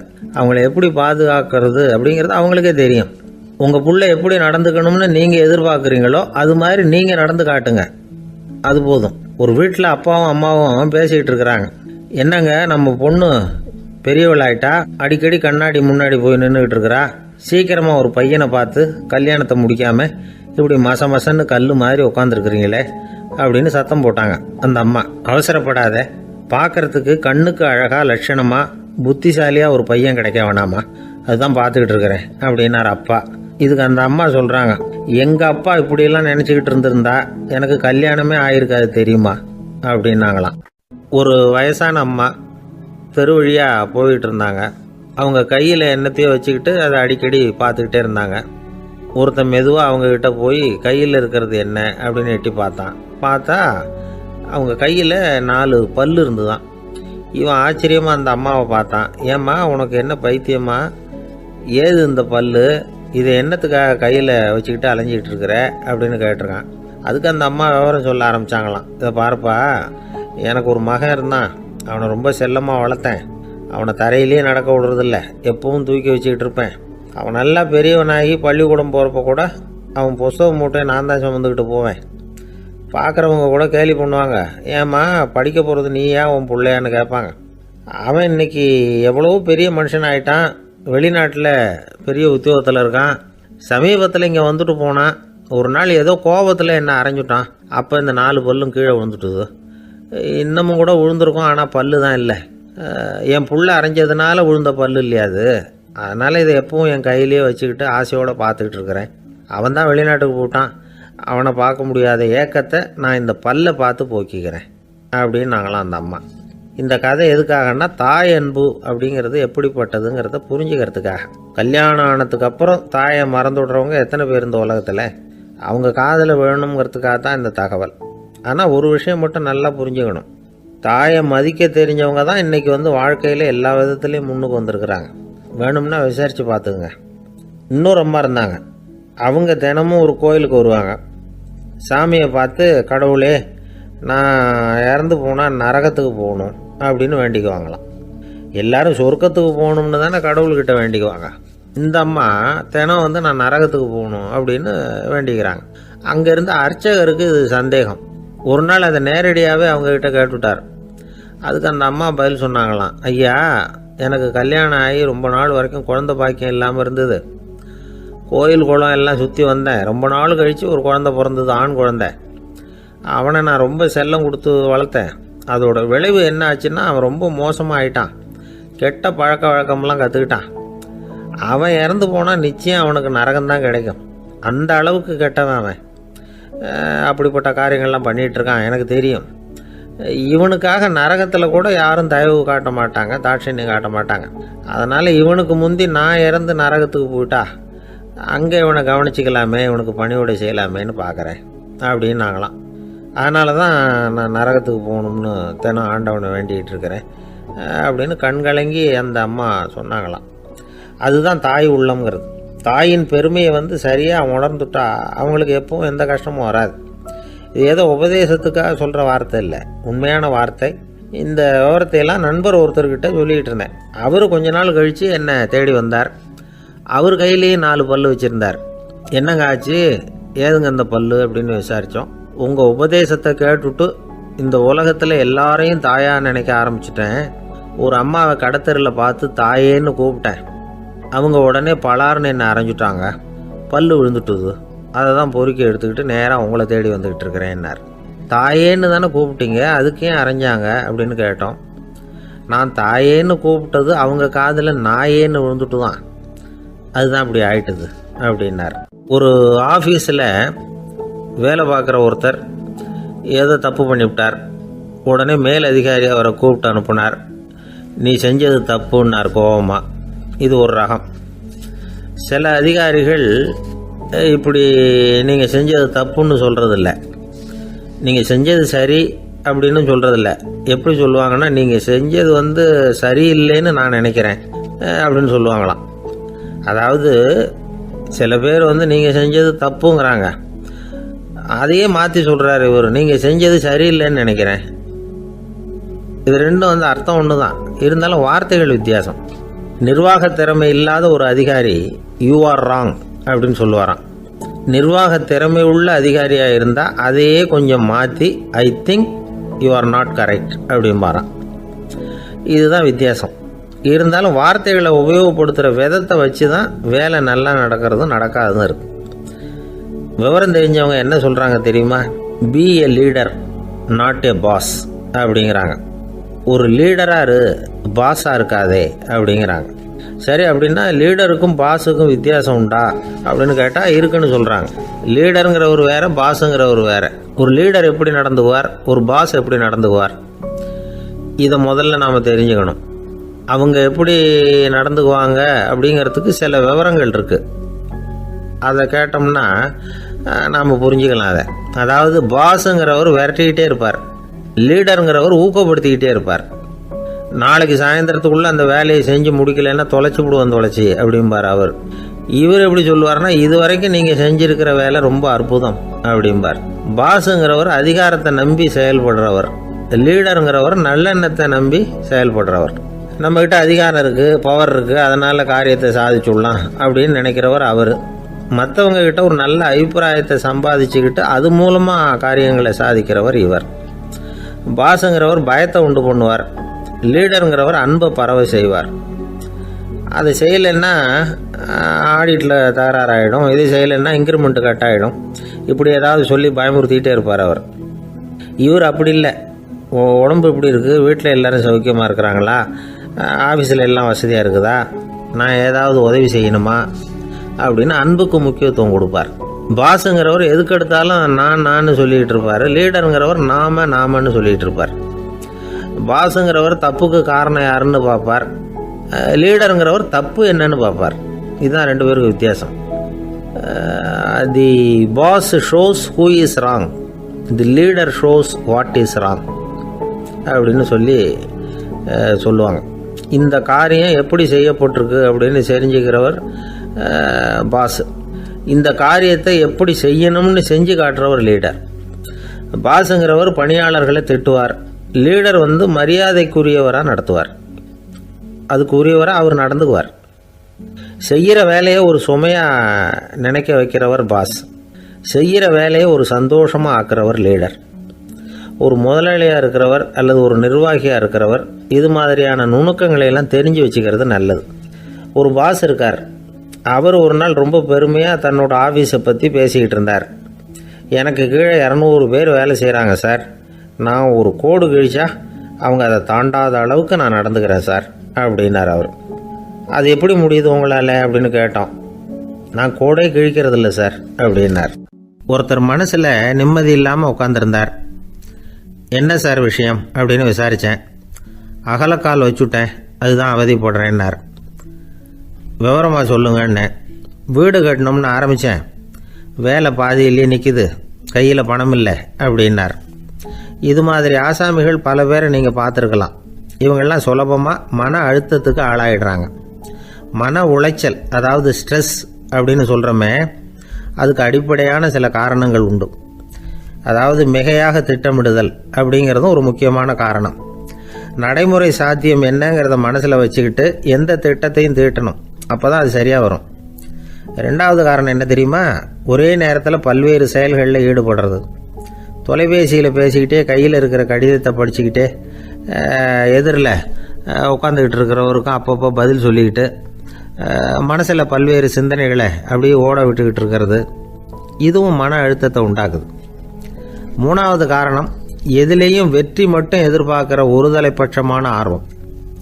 நாம் தொட்டதெல்லாம் வெற்றியாகவே முடியணும் அப்படின்னு எதிர்பார்க்குறவங்க ஏதாவது ஒன்றில் தோல்வியை கண்டால் தோண்டு போயிடுறாங்க. எப்படியும் முடியலாம்ங்கிற எண்ணம் ஏற்கனவே நமக்குள்ளே இருந்துட்டுதுன்னா அந்த அவஸ்தை வராது. அதனால் அதுவும் நம்ம வளர்த்து கொள்ள வேண்டிய ஒரு குணம். மன உளைச்சல் ஏற்படுறதுக்கு இன்னொரு காரணம், எதையும் வேகமாக செஞ்சுடணும் அப்படிங்கிற துடிப்பு. அந்த துடிப்பே மனசை அழுத்த ஆரம்பிச்சிடும். எந்த ஒரு காரியத்திலையும் தாமதமோ இடையூறோ ஏற்பட்டால் அதை பொறுத்துக்கிற மனப்போக்கம் வேணும். அது இல்லாதவங்க அழுத்தத்துக்கு ஆளாயிடுறாங்க. சில பேர் வேலைன்னு எந்த நேரம் பார்த்தாலும் வேலையே கதின்னு கிடப்பாங்க. பொழுதுபோக்குக்கோ உடற்பயிற்சிக்கோ குடும்பத்தில் உள்ளவங்க அல்லது நண்பர்கள் கூட கலந்துரையாடவோ கொஞ்சம் கூட நேரம் ஒதுக்க மாட்டாங்க. இந்த சுபாவம் மன அழுத்தத்தை உண்டு பண்ணும். இதையெல்லாம் புரிஞ்சுக்கிட்டு அதிலிருந்து விடுபடுறது எப்படின்னு யோசிக்கணும். வல்லுநர்கள் இது தொடர்பாக சில யோசனைகளை சொல்லி வச்சிருக்கிறாங்க. அது என்னன்னா, வாழ்க்கைங்கிறது பிரச்சனைகளால் பின்னப்பட்ட ஒன்று. அது எப்போவுமே முடிவடையாத ஒரு தொடர்கதை அப்படிங்கிறத முதல்ல நாம் புரிஞ்சுக்கணும். ஒரே நேரத்தில் ஒரு காரியத்தில் மட்டுமே நாம் கவனம் செலுத்தணும். அடுத்தவங்க காரியத்தில் தலையிடக்கூடாது. எதையும் பேச ஆரம்பிக்கிறதுக்கு முன்னாடி நம்மை நாமே கேட்டுக்க வேண்டிய கேள்வி 2. 1, நான் சொல்ல போகிறது ரொம்ப முக்கியமானதா? 2வது, நான் சொல்கிறத அவங்க கேட்குறதுக்கு ஆசைப்படுறாங்களா? நான் பேசுகிறதுக்கு அது சரியான நேரம் தானா? இதை யோசித்து பார்த்ததுக்கப்புறம் எதையும் பேச ஆரம்பிக்கணும். முடிஞ்ச அளவுக்கு வளைந்து போகிற சுபாவத்தை வளர்த்துக்கணும். நம்ம நேரம் விலை மதிப்பு இல்லாதது, அதை வீணாக்கக்கூடாது. சிரிக்க தெரியலனாலும் பரவாயில்ல, முகத்தில் கொஞ்சம் புன்முறுவலாவது காட்டணும். இதெல்லாம் ரொம்ப முக்கியம். அடுத்தவங்க ஏதாவது செஞ்சால் உடனே நன்றி சொல்ல மறக்கக்கூடாது. தினமும் கொஞ்சம் நேரத்தை தனிமையில் செலவு பண்ணணும். மன உளைச்சலிருந்து விடுபடுறதுக்கு 3 முக்கிய வழிகள் சொல்கிறாங்க. அதை சுருக்கமாக ரெட் அப்படின்னு சொல்கிறாங்க. RED ஆங்கில எழுத்தில். அந்த முதல் எழுத்து R, அது என்னென்னா ரிலாக்ஸேஷன், அதாவது இடை ஓய்வு. 2வது E எக்ஸர்சைஸ், உடற்பயிற்சி. 3வது டயட், திட்டமிட்ட உணவு முறை. அதனால் தியானம், மூச்சு பயிற்சி இதெல்லாம் இந்த இடை ஓய்வுக்கு வழிகள். எந்த வேலையையும் தொடர்ந்து செய்யக்கூடாது. எல்லார்கிட்டையும் கலகலப்பாக பழகணும். மாதத்துக்கு 1 நாளாவது குடும்பத்தோடு வெளியில் போயிட்டு வரணும். சுலபமான உடற்பயிற்சிகளை செய்யலாம். உடற்பயிற்சிங்கிறது நமக்காக நாம் செய்கிற ஒரு நீண்டகால முதலீடு அப்படின்னு சொல்லுவாங்க. அதாவது லாங் டேர்ம் இன்வெஸ்ட்மெண்ட்டாக. அளவோடு சாப்பிட்ணும், மெதுவாக சாப்பிட்ணும். இதெல்லாம் கொஞ்சம் மனசில் வச்சுக்கிட்டு நடந்துக்கிட்டால் மகிழ்ச்சியாக வாழலாம். சில பேர் சாப்பாட்டு விஷயத்தில் ரொம்ப அக்கறை எடுத்துக்கிறது உண்டு. ஒரு குண்டு ஆசாமி சாப்பிட உக்காந்தார். முதல்ல ஒரு மாத்திரை சாப்பிட்டார். எதுக்குன்னு கேட்டோம். பசி எடுக்கிறதுக்குன்னார். சாப்பிட்டு முடித்தார். பிறகு மறுபடியும் ஒரு மாத்திரை சாப்பிட்டார். இது எதுக்குன்னு கேட்டோம். சாப்பிட்டது ஜீரணமாகறதுக்கு அப்படின்னார். என் நண்பர் ஒருத்தர் ஆழ்ந்த சிந்தனையில் இருந்தார். என்ன யோசனை பண்ணுறீங்கன்னு கேட்டேன். தலைவர் ஆகணும்னு பார்க்குறேன், அதுதான் என்ன வழின்னு யோசிச்சுக்கிட்டு இருக்கேன்னார். நான் கூட அது மாதிரி யோசித்து பார்த்தேன். அதுக்கப்புறம் அந்த யோசனையை கை விட்டுட்டேன் அப்படின்னோம். ஏன்னு கேட்டார். அதுக்கான தகுதிகள் நமக்கு இல்லைங்கிறது புரியுது. அது நமக்கு புரியறத விட நம்ம விட மற்றவங்களுக்கு நல்லா புரிஞ்சு போச்சு. அதனால் பேசாமல் கம்முன்னு இருந்துடுறது தான் நல்லது அப்படின்னோம். தலைவர் ஆகிறதுக்கு தகுதிகள் வேற உண்டோ அப்படின்னு கேட்டார். அவர் யதார்த்தமாக தான் கேட்குறார். நாங்கள் உடனே எங்ககிட்ட இருந்த ஒரு புத்தகத்தை எடுத்து அவர்கிட்ட கொடுத்தோம். படித்து பாருங்கன்னு. தலைவர் ஆகிறதுக்கு என்ன வழி அப்படிங்கிறத பற்றி அதில் போட்டிருக்கிறாங்க. முதல் வழி என்ன தெரியுமா? ஒரு 4 பேர் முன்னாடி இல்லைன்னா ஒரு கூட்டத்துக்கு முன்னாடி நீங்கள் பேச போகிறீங்க. அப்போ எப்படி ஆரம்பிக்கணும்னா, உண்மையான புகழ்ச்சி, நேர்மையான பாராட்டு, இதோடு ஆரம்பிக்கணும். எடுத்ததுமே அது சரியில்லை இது சரியில்லைன்னு பேசிகிட்டு இருக்கக்கூடாது. மக்களை பார்த்து நீங்கள் தான் தப்பு பண்ணிவிட்டீங்க அப்படின்னு நேரடியாக சொல்லக்கூடாது. தவறு இருந்தாலும் அதை மறைமுகமாக ஏதாவது கதை சொல்லி அதிலிருந்து அவங்க புரிஞ்சுக்கிற மாதிரி செய்யணும். அடுத்தவங்க பண்ண தப்பு என்னன்னு அலசறதுக்கு முன்னாடி நீங்கள் பண்ணின தப்பு என்னங்கிறத பற்றியே பேசுங்க. எதுக்கும் நேரடியாக உத்தரவு போட்டுக்கிட்டு இருக்கக்கூடாது. இதை நீங்கள் செய்யணும் அப்படின்னு சொல்கிறதுக்கு பதிலாக நீங்கள் இப்படி செஞ்சால் எப்படி இருக்கும் அப்படின்னு கேள்வி மாதிரி கேட்கணுமா. இப்படி கேட்டால் அது உத்தரவு மாதிரி தெரியாதான். அடுத்தவங்க மரியாதையை காப்பாற்றுறது மாதிரி பேசணுமா. உங்கள் பேச்சு இன்னொருத்தரை அவமானப்படுத்துறது மாதிரி இருக்கக்கூடாதான். ஏண்டா இவங்கிட்ட போய் மாட்டிக்கிட்டோம்னு யாரும் நினச்சிடக்கூடாது. ஒவ்வொரு சின்ன வளர்ச்சியையும் பாராட்டணும். வெற்றி சாதாரணமாக இருந்தாலும் பாராட்டாமல் இருந்துடக்கூடாது. பாராட்டும் பொழுது தாராளமாக இருக்கணும். குறை சொல்லும் பொழுது கவனமாக இருக்கணும். வாய்க்கு வந்தபடி பேசிவிட்டா அதுக்கப்புறம் வகையாக மாட்டிக்கிட்டு முழிக்க வேண்டியிருக்கும். நீங்கள் பேசுறது இன்னொருத்தருக்கு ஒரு கௌரவத்தையும் மரியாதையும் உண்டு பண்ணுறது மாதிரி இருக்கணும். நீங்கள் பேசுறது அடுத்தவங்களுக்கு இருக்கிற கொஞ்ச நெஞ்ச மரியாதையும் எடுத்து விடுறது மாதிரி இருக்கக்கூடாது. உங்கள் பேச்சை கேட்டால் கேட்குறவங்களுக்கு ஒரு ஊக்கம் வரணும், உற்சாகம் வரணும். தவறு எதுவாக இருந்தாலும் அதை சுலபமாக திருத்திக்கலாம், சரி பண்ணிக்கலாங்கிறது மாதிரி இருக்கணும் உங்கள் பேச்சு. அடுத்தவங்களை சந்தோஷப்படுத்துங்க. உங்கள் யோசனையை கேட்டு நடந்துக்கிறதுனால அந்த சந்தோஷம் அவங்களுக்கு கிடைக்கணும். இந்த தகுதியெல்லாம் உங்ககிட்ட இருந்தால் நீங்கள் ஒரு சிறந்த தலைவர் ஆகலாம் அப்படின்னு அந்த புஸ்தகத்தில் போட்டிருக்கு. இந்த காலத்தில் தலைவர் ஆகிறதுக்கு வேறு சில தகுதிகள்லாம் கூட தேவைப்படுது. ஒரு புள்ள தன்னுடைய அப்பா கிட்ட, அப்பா உன்ன மாதிரியே நானும் அரசியலில் சேரணும், தலைவர் ஆகணும்னு ஆசைப்படுறேன், இன்னையிலேருந்து எனக்கு அரசியல் பாடம் கற்றுக் கொடு அப்படின்னு கேட்டிருக்கான். அவரும் சரின்னு சொல்லிவிட்டு ஒரு பெரிய ஏணியை எடுத்துகிட்டு வந்தாரான். ஒரு செவுத்தில் சாத்தினார். இந்த ஏணியில் ஏறி உயர போய் அங்கே பரன் மேலே இருக்கிற ஒரு புத்தகத்தை எடுத்துகிட்டு வாடான் இருக்கார் மகனை பார்த்து. அப்பா ஏணி ரொம்ப உயரமாக இருக்குது, நீ ஜாக்கிரதையாக இதை பிடிச்சிக்கோ, நான் ஏறி போகிறேன் அப்படின்னு நான் பையன். பயப்படாத, நான் பார்த்துக்கிறேன்னார் அப்பா. பையன் ஏணியில் ஏறினா உச்சிக்கு போனதும் அப்பா கையை எடுத்துட்டார். ஏணி அப்படியே சரிஞ்சுட்டுது. பையன் பொத்துன்னு கீழே விழுந்துட்டான். இடுப்பு பிடிச்சிக்கிட்டே எழுந்திரிச்சான். என்னப்பா இது, இப்படி என்னை ஏற விட்டுட்டு கையை விட்டுட்டியே, இப்படி கைவிடலாமா அப்படின்னு கத்தியிருக்கான். அப்பா நிதானமாக சொன்னாராம், அவசரப்படாதேப்பா, அரசியலில் இதுதான் முதல் பாடம், பெத்த அப்பனா இருந்தாலும் அவனை நம்பாதே அப்படின்னு உபதேசம் பண்ண ஆரம்பிச்சாராம். என்னுடைய நீண்டகால நண்பர் ஒருத்தர் வருஷம் தவறாமல் திருநள்ளாறு அப்படிங்கிற திருத்தலத்துக்கு போயிட்டு வர்றது வழக்கம். அங்கே என்ன சார் விசேஷம்னு கேட்கறது உண்டு. என்ன இப்படி கேட்குறீங்க, சனி பகவான் நலன் விருப்பப்படி அங்கே தானே எழுந்தருளி இருக்கிறார், அவரை போய் பார்த்து ஒரு கும்பிடு போட்டுட்டு வந்தா நம்ம பிடிச்சிருக்கிற சனியெல்லாம் விலகும் அப்படிம்பார். சத்தம் போட்டு சொல்லாதீங்க சார், வீட்டில் வேற யார் காதிலையாவது இது விழுந்துற போது அப்படின்னு சொல்கிறது உண்டு வர்றவங்க. இப்போது நான் சொல்கிறதுல உள்ள நியாயத்தை புரிஞ்சுக்கிட்டு அவரும் கொஞ்சம் எச்சரிக்கை உணர்வோடு நமக்கு நன்றி சொல்லுவார்னு வச்சுங்களேன். அதாவது பார்வை மூலமாகவே அந்த நண்பருக்கு ஆன்மீக விஷயங்கள்ல அதிக ஈடுபாடு உண்டு. அப்பப்போ சில புராண கதைகளை எல்லாம் சொல்றது உண்டு. ரொம்ப சுவாரஸ்யமா இருக்கும். எப்பவுமே புராண விஷயங்களை எல்லாம் அறிவியலுங்கிற தராசில வச்சு எடை போட்டுட்டு இருக்கக்கூடாது.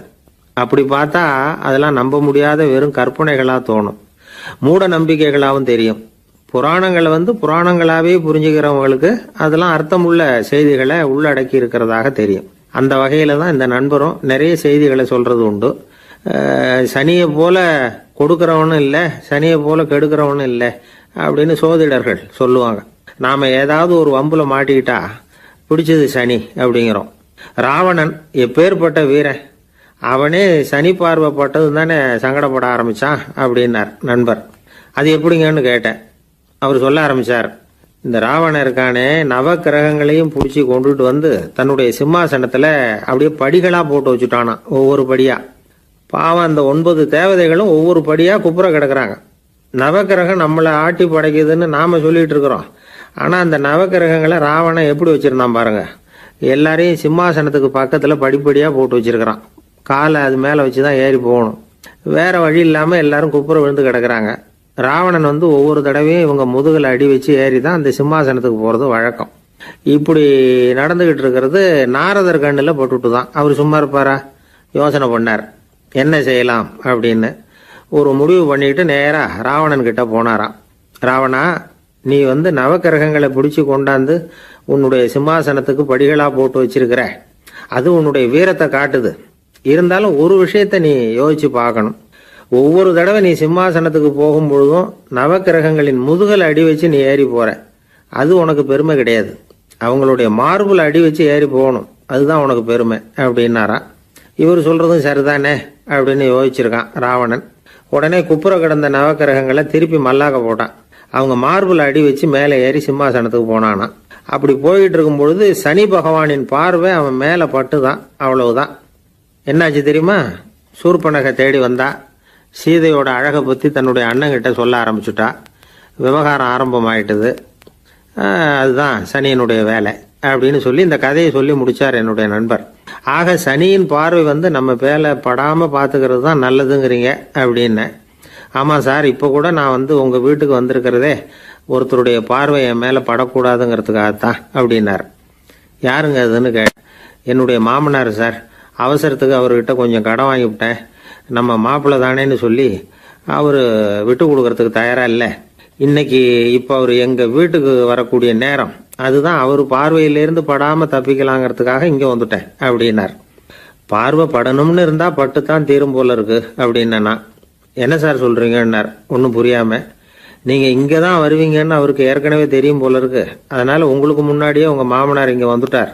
அதுவும் அந்த பீரோவுக்கு பக்கத்துல தான் பின்னாடி மறைஞ்சு நின்றுட்டு இருக்கிறார் அப்படின்னு. ஒரு பள்ளிக்கூடம், அதுல வசதியான வீட்டுக்குள்ள ஒருத்தன் படிச்சுக்கிட்டு இருந்தான். இன்னொரு ஏழை பையனும் அங்க படிச்சுக்கிட்டு இருக்கிறான். இவங்க 2 பேரும் ஒரே தெருவில் தான் இருக்கிறாங்க. பணக்கார வீட்டு பையன் பங்களாவில் இருந்தான். அவனுக்கு வேலை செய்யறதுக்காக சில வேலை ஆட்கள் உண்டு. அதனால அவன் நல்லா சாப்பிடுவான், தூங்குவான். ஏதோ வரணுமேங்கிறதுக்காக பள்ளிக்கூடத்துக்கு வருவான், போவான், அவ்வளவுதான். இந்த ஏழை பையன் இருக்கானே, அவன் அப்படி இல்லை. காலையில எழுந்திருப்பான், உடற்பயிற்சி பண்ணுவான். அவங்க வீட்டில் கிடைக்கிற சாதாரண உணவு அதை அளவோட சாப்பிடுவான். வீட்டில் உள்ள வேலைகளையும் செய்வான். பள்ளிக்கும் தவறாம வந்துடுவான். அவனுக்கு கூட பிறந்த சகோதர சகோதரிகள் 8 பேர். எல்லாரும் தன்னம்பிக்கையோட அவங்க வேலையை செஞ்சுக்கிட்டு இருந்தாங்க. இந்த பையன் எப்பவும் உண்மையை தான் பேசுவான், கடமையை ஒழுங்கா செய்வான். ஆசிரியர்களுக்கு இவனை ரொம்ப பிடிக்கும். அதனால இவன் அந்த பள்ளிக்கூடத்து மாணவர் தலைவனா ஆக்கியிருந்தாங்க. இது அந்த பெரிய இடத்து பையனுக்கு பிடிக்கல. மாணவர் தலைவனுக்கு பணிஞ்சு போறதுக்கும் அவனுக்கு விருப்பம் இல்லை. ஒரு நாள் வகுப்புல ஆசிரியர் எல்லா மாணவர்களுக்கும் ஒரு வேலை கொடுத்தார். எல்லாரும் அதை சுறுசுறுப்பா செஞ்சுக்கிட்டு இருக்கிறாங்க. இவன் மட்டும் சோம்பலா உட்காந்துருக்கிறான். ஆசிரியர் அந்த பக்கமா வந்தார். இதை பார்த்துட்டார். உடனே மாணவர் தலைவனா இருக்கிற அந்த ஏழை பையனை கூப்பிட்டார். இந்த பாருப்பா, ஏன் அந்த பையன் இப்படி சும்மா உட்காந்துருக்கிறான், என்னன்னு விசாரிச்சு சொல்லு அப்படின்னு சொல்லிவிட்டு உள்ள போயிட்டார். இவன் மெதுவா போய் அவன்கிட்ட விசாரிச்சான், ஏன் இப்படி சோர்ந்து போய் உட்காந்துருக்கிற அப்படின்னு. அவன் ரொம்ப அலட்சியமா அவனை திரும்பி பார்க்கறான். என்னோட சிரமம் உனக்கு என்ன தெரியும்? வீட்டில் என்னுடைய சௌகரியங்களை கவனிக்கிற வேலையாட்கள் 2 பேரும் இன்னைக்கு வேலைக்கு வரல. அதனால என்னோட வேலையெல்லாம் நானே கவனிக்கிற மாதிரி ஆயிட்டுது. அதனால சோர்ந்து போயிட்டேன் அப்படின்னு நான். அப்புறம் கேட்டிருக்கான், அது சரி, உன்னுடைய வீட்டில் உன்னுடைய வேலைக்காரங்க வராத போது நீ எப்படி சமாளிக்கிற அப்படின்னு கிண்டலாக கேட்டிருக்கான். அதாவது இவன் ஏழைங்கிறதையும் இவன் வீட்டில் வேலை செய்யறதுக்கு யாரும் இல்லைங்கிறதையும் இப்படி சொல்லி கிண்டல் பண்ணுறான். இந்த ஏழை பையனுக்கு இது புரிஞ்சுது, மனசு வேதனை போட்டுது. இருந்தாலும் வெளியில் காட்டிக்காமல் சிரிச்சுக்கிட்டே சொன்னானா, எனக்கு அந்த கவலையே கிடையாது, என்னுடைய உதவிக்கு நான் நினைச்ச உடனே என்னுடைய காரியத்தை செய்யறதுக்கு 8 பேர் எப்பவும் தயாராக இருப்பாங்க அப்படின்னு நான். இவன் இப்படி சொன்னதும் அவனுக்கு ஒரு மாதிரி ஆயிட்டு தான், தலையை குனிஞ்சுக்கிட்டே போயிட்டான். உள்ளே உட்காந்துருந்த ஆசிரியர் காதில் இது விழுந்தது. உடனே இந்த ஏழை பையனை உள்ளே கூப்பிட்டு போனார், கேட்டார், என்னப்பா இப்படி சொல்கிற? இவன் பொய் சொல்ல மாட்டாங்கிறது அவருக்கு தெரியும், அவனை சமாளிக்கிறதுக்காக இப்படி ஒரு பொய்யை சொல்லியிருப்பாங்கிறதையும் அவரால் ஏற்றுக்க முடியல.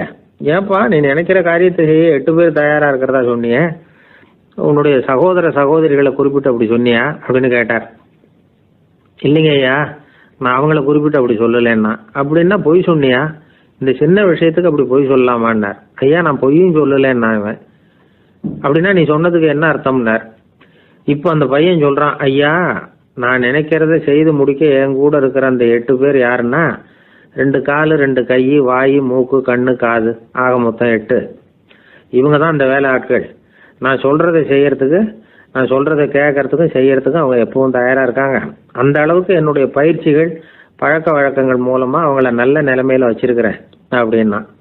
இந்த கதையை சுவாமி சின்மயானந்தர் சொல்கிறது வழக்கம். இயற்கை நமக்கு கொடுத்துருக்கிற வேலை ஆட்கள் இந்த 8, இவங்களை நல்ல முறையில் வச்சிருந்து வேலை வாங்க வேண்டியது நம்முடைய கடமை. அந்த கடமையை ஒழுங்காக செஞ்சுக்கிட்டு வந்தால் வாழ்க்கையில் வெற்றி நிச்சயம், இல்லைன்னா குழப்பம்தான்.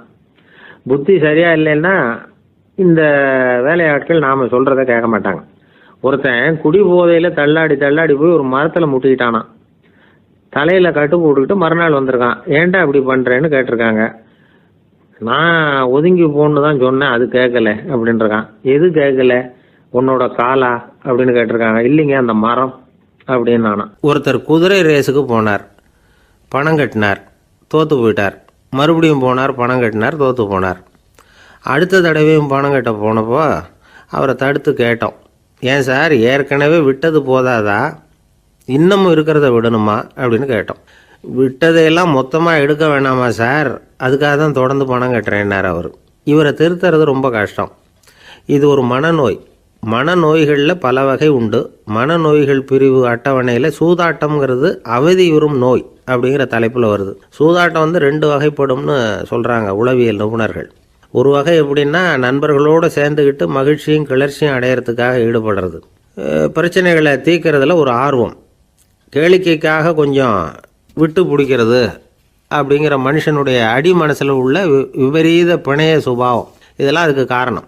இன்னொரு வகை எப்படின்னா, சூதாட்டத்தில் ஈடுபட்டு ஒரு கட்டாய நிலைமைக்கு ஆளாயிடுறது, ஈடுபடு அப்படின்னு மனசு ஒரு வெறித்தன்மையை தூண்டிக்கிட்டே இருக்கும். இப்படிப்பட்டவங்களுக்கு நாம் தோத்துக்கிட்டு இருக்கோங்கிறது தெரியும், நாம் ஜெயிக்கிறதுக்கான சந்தர்ப்பம் இல்லைங்கிறதும் தெரியும். இதனால் நமக்கும் கஷ்டம், நம்ம சுற்றி இருக்கிறவங்களுக்கும் கஷ்டங்கிறதும் புரியும். அப்படி இருந்தும் சூதாடுவாங்க. இதுக்கு காரணம் சூதாடியின் பகற்கனவு அப்படிங்கிறாங்க நிபுணர்கள். இந்த நிலைமைக்கு கட்டாய சூதாட்டம் அல்லது நிர்பந்த சூதாட்டம் அப்படின்னு பேர் வச்சிருக்கிறாங்க. இப்படிப்பட்ட ஆசாமி இருக்கிறது பூரா விட்டுருவான், கடன் வாங்குவான், திருடுவான். இருந்தாலும் என்னைக்காவது ஒரு நாள் ஜெயிச்சிருவேன் அப்படின்னு சொல்லிக்கிட்டே இருப்பான். விட்டதை எடுத்துருவேங்கிற ஒரு நம்பிக்கை சுடர் அவனுக்குள்ளே எரிஞ்சிக்கிட்டே இருக்கும். இவனை மனநோயாளி அப்படின்னு சொல்லிட முடியாதான். என்ன காரணம்னா, இது மாதிரி ஆளுங்க கிட்ட மன போராட்டமோ கவலையோ பதட்டமோ இருக்கிறது இல்லை. சில விசேஷமான குணங்கள் இவங்க கிட்ட உண்டு. எதிர்ப்பு உணர்ச்சி, சிறுபிள்ளைத்தனம், சட்ட திட்டங்களையும் சம்பிரதாயங்களையும் உட தெரியாத மனப்போக்கு, பொறுப்பில்லாத தன்மை, நெறி தவறி நடக்கிறது எல்லாம் இவங்ககிட்ட உண்டு. ஆனால் வெளிப்பார்வைக்கு ரொம்ப சிநேகமாக இருப்பாங்க, அன்பாக இருப்பாங்க. அப்படி இருக்கிறதாக காட்டிக்குவாங்க. ஆதாயம், சுயலாபம் இதெல்லாம் கருதி தான் பழகுவாங்க. இவங்க கேட்குறப்ப நாம் பணம் கொடுக்கலன்னு வச்சுக்கோங்க, நம்மளை கை விட்டுருவாங்க. நம்ம மேலே அபாண்டமாக பழி சுமத்துறது கூட தயங்க மாட்டாங்க. தங்களுடைய சூதாட்ட நடவடிக்கைகளுக்கு சாதகமான காரணங்களை சொல்லிகிட்டு இருப்பாங்க. நீ வேணும்னா பாரு, ஒரே நாளில் நான் இழந்ததையெல்லாம் மீட்டு லட்சாதிபதி ஆறேன்னா இல்லையா பாரு அப்படிம்பாங்க. தோற்று போகிறத ஒரு படிப்பினையாக இவங்க எடுத்துக்கிறதே இல்லை. தோற்று போகிறதுலேயே இவங்களுக்கு ஒரு அலாதியான சுகம். தனக்குத்தானே துன்பத்தை வரவழைச்சிக்கிட்டு இன்பம் அடையிறதுக்கு தன்வதை சுகம் அப்படின்னு பேர். இவங்கெல்லாம் அந்த ரகம். சில பேர் எப்படி தெரியுமா, மந்திர எண்ணங்களை வரவழைச்சிக்கிறது, சூதாடுறதுக்காக ஆஃபீஸில் கையாடல் பண்ணுறது, அடுத்தவங்க கிட்டேருந்து திருடுறது. இந்த மந்திர எண்ணம் தீவிரமாச்சுன்னா ஒரு மாதிரியாக பேச ஆரம்பிச்சிருவாங்க. தோல்வி தான் சார் வெற்றிக்கு முதல் படியும்பாங்க. தன்னால் பகடக்காய்களையும் குதிரை ஓட்டிகளையும், அதாவது இந்த ஜாக்கிகள், அதெல்லாம் கட்டுப்படுத்த முடியுங்கிற பித்து நிலைக்கு இவங்கெல்லாம் தள்ளப்பட்டுருவாங்க. சில சூதாடிகள் ஆராய்ச்சி பார்த்ததில் என்ன தெரிய வந்தது தெரியுமா?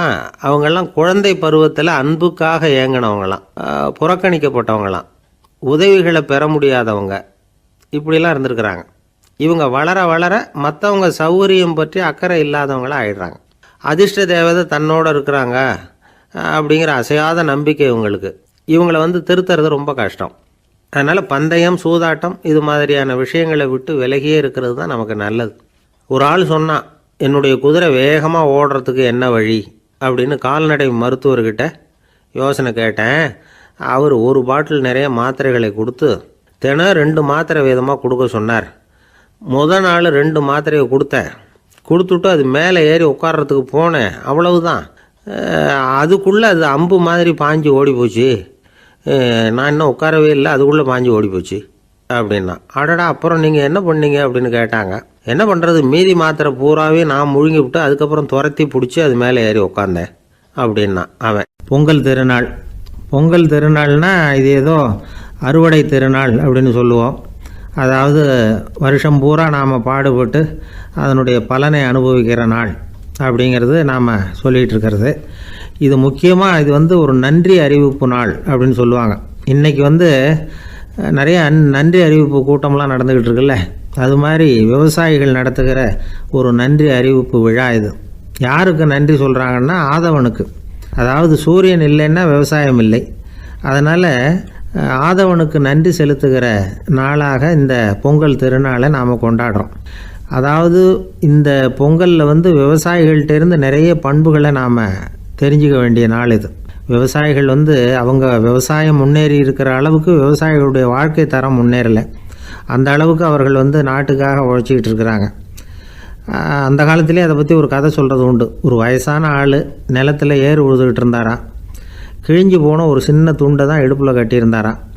தலையில் ஒரு கந்தலை சுற்றி இருந்தார். உடம்பு பூரா சேரு, ரொம்ப ஏழை. ஏறு ஓட்டிகிட்டு இருக்கிறவர் வேறு எப்படி இருப்பார்? இருந்தாலும் அந்த ஆள் ரொம்ப ஜாலியாக பாட்டு பாடிக்கிட்டே ஏறு உழுதுகிட்டு இருந்தாராம். உடம்புல தான் அவர் ஏழையை தவிர மனசில் ஒரு ஏழையாக தெரியல. அந்த சமயத்தில் அந்த நாட்டு ராஜா அந்த பக்கமாக குதிரை மேலே வந்தாராம். வேட்டைக்கு போயிட்டு பரிவாரங்களோடு திரும்பி வந்துக்கிட்டு இருக்கிறார். ரொம்ப செல்வ செழிப்பில் இருக்கிற ராஜா அவர் இந்த வயசான விவசாயியை பார்த்துருக்கார். இந்த ஆள் ரொம்பவும் ஏழைங்கிறது அவர் பார்த்தாவே பளிச்சுன்னு தெரியுது. கட்டிக்கிறதுக்கு நல்ல துணி இல்லை, உடம்போ இழைச்சி போயிருக்குது, வயிறு முதுகில் போய் ஒட்டிக்கிட்டு இருக்கு, கண்ணு குழி விழுந்து போயிருக்குது. ஆனாலும் முகத்தை பார்த்தா சந்தோஷமாக இருக்கிற மாதிரி இருக்குது. இவ்வளோ உற்சாகமாக பாடிக்கிட்டு இருக்கிறாரே அப்படின்னு ஆச்சரியமாக நினச்சி பார்த்தார் அந்த ராஜா. சரி, அவர்கிட்ட கொஞ்சம் பேச்சு கொடுத்து பார்க்கலாம் அப்படின்னு முடிவு பண்ணார். ஐயா பெரியவரே, இப்படி கொஞ்சம் வர முடியுமான்னாராம்.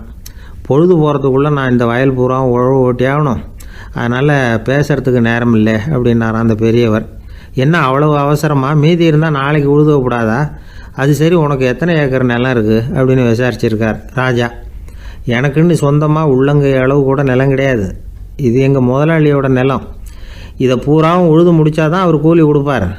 நான் கூலிக்கு உழுதுகிட்டு இருக்கிறேன். உங்ககிட்ட பேசிக்கிட்டு இருந்தால் அவருக்கு துரோகம் பண்ணது மாதிரி ஆகிடும் அப்படின்னாராம். ராஜா குதிரையை விட்டு கீழே இறங்கினார். வரப்பில் நடந்து அந்த பெரியவர்கிட்டே போனாராம். சரி, ஒரு நாள் பூரா உழுதா உனக்கு எவ்வளவு கூலின்னு கேட்டிருக்கார். 8 அணா கூலி கிடைக்கும்னாராம் அவர். இது ரொம்ப காலத்துக்கு முன்னாடி நடந்த ஒரு சம்பவங்கிறதுனால அப்போ 8 அணா கூலிங்கிறது ரொம்ப பெருசு. இருந்தாலும் அதுவும் அந்த ராஜாவுக்கு பெரிய கூலியாக தெரியல. இவ்வளவு தானா, இதை வச்சுக்கிட்டு நீ எப்படி காலம் தள்ளுற அப்படின்னாராம். ஒன்றும் கவலை இல்லை அப்படின்னாராம் அவர். ராஜாவுக்கு ரொம்ப ஆச்சரியமாக போச்சு.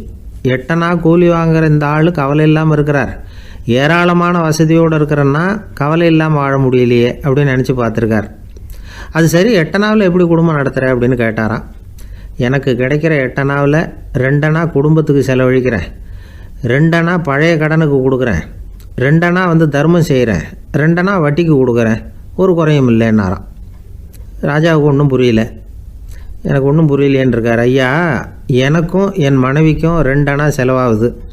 வயசான அம்மா அப்பா இருக்கிறாங்க, சின்ன வயசில் என்னை காப்பாற்றினவங்க அவங்க.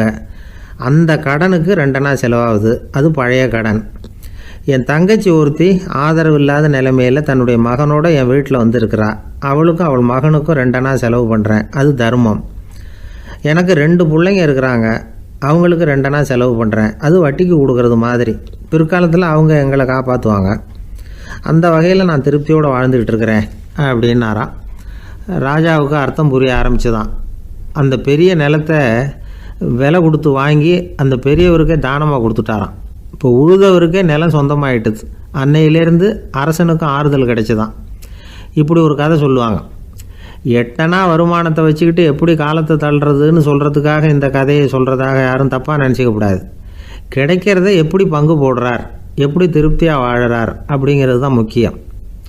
அது மாதிரி இன்றைக்கு இந்த பொங்கல் திருநாளில் உழவர்கள் மனசு மகிழ்ச்சியாக இருந்ததுன்னா அது எல்லாரும் மகிழ்ச்சியாக இருக்கிறது மாதிரி அர்த்தம். அதனால் அவர்கள்ட்டேருந்து நாம் பாடம் கற்றுக்கணும். சில உழவர்கள் தங்கள் நிலத்தில் விளையிறத தாங்கள் சாப்பிட மாட்டாங்க. அடுத்தவங்கள்ட்ட விற்றுட்டு சந்தையில் போய் வேறு அரிசி வாங்கிட்டு வந்து தான் இவங்க சாப்பிடுவாங்க. அப்படிப்பட்ட விவசாயிகள்லாம் இது உண்டு. பங்கிடுகிற பண்பை உழவர்கள்ட்டேருந்து கற்றுக்கொள்ளுங்கள் அப்படிம்பாங்க. ஒரு ஆள் நிம்மதியாக மகிழ்ச்சியாக இருந்தானா, உங்கள் நிம்மதிக்கும் மகிழ்ச்சிக்கும் என்ன காரணம்னு கேட்டிருக்கார் இன்னொருத்தர். என்கிட்ட இருந்தது பூராவையும் என் பிள்ளைங்களுக்கு சமமாக பங்கு போட்டு கொடுத்துட்டேன், எனக்குன்னு எதுவுமே வச்சுக்கல, அதுதான் நிம்மதிக்கு காரணம்ன்றிருக்கான். உங்ககிட்ட இருந்தது எவ்வளவு இருந்தது அப்படின்னு கேட்டிருக்காரு அவர். மொத்தமாக ஒரு 50,000 ரூபா இருக்கும் அப்படின்னு இருக்கான். அவ்வளவும் பணமாகவே இருந்ததா அப்படின்னு கேட்டிருக்காங்க இவங்க. இல்லைங்க, அவ்வளவும் கடன், அதை தான் பிரித்து கொடுத்துருக்கேன் பிள்ளைங்க கிட்ட அப்படின்னு நானும். அவன் அந்த மரத்தின் உச்சியில் ஒரு பறவை கூடு, ஏதோ ஒரு பறவை கூடு கட்டியிருந்தது. அது என்ன பறவைன்னா ராஜாளி. ஒரு குரங்கு அந்த மரத்து கிளையில தாவி தாவி குதிச்சுக்கிட்டு இருந்தது. அப்போ இந்த கூட்டில் இருந்த முட்டை அது கண்ணில் போட்டுவிட்டுது.